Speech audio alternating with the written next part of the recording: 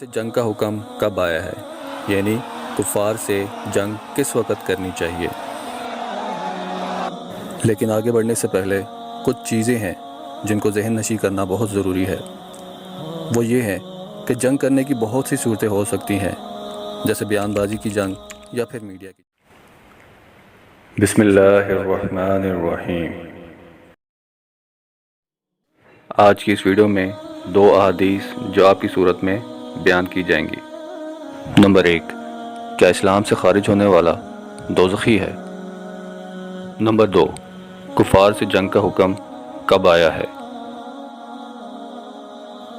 سوال اٹھتا ہے کہ ہمیں کیسے پتہ لگے کہ دوزخی کون ہے؟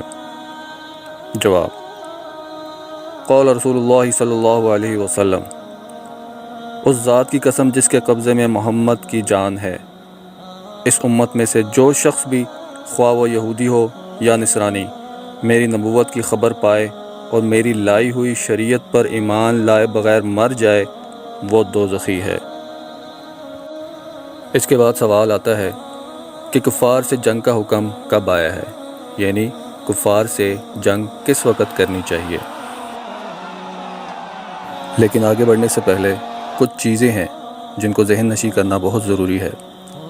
وہ یہ ہے کہ جنگ کرنے کی بہت سی صورتیں ہو سکتی ہیں، جیسے بیان بازی کی جنگ یا پھر میڈیا کی جنگ، جس کو آج کل کے دور میں پراکسی وار بھی کہتے ہیں۔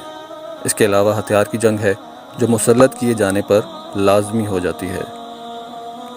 جواب: قول رسول اللہ صلی اللہ علیہ وسلم، مجھے اللہ تعالیٰ کی جانب سے حکم دیا گیا ہے کہ میں تینوں دشمن لوگوں سے اس وقت تک جنگ کروں جب تک کہ وہ اس بات کی گواہی نہ دے دیں کہ اللہ کے سوا کوئی معبود نہیں اور محمد صلی اللہ علیہ وسلم اللہ کے بھیجے ہوئے رسول ہیں، نیز نماز پڑھیں اور زکوٰۃ دیں، اور پھر جب وہ ایسا کرنے لگیں تو انہوں نے اپنی جان و مال کو مجھ سے بچا لیا۔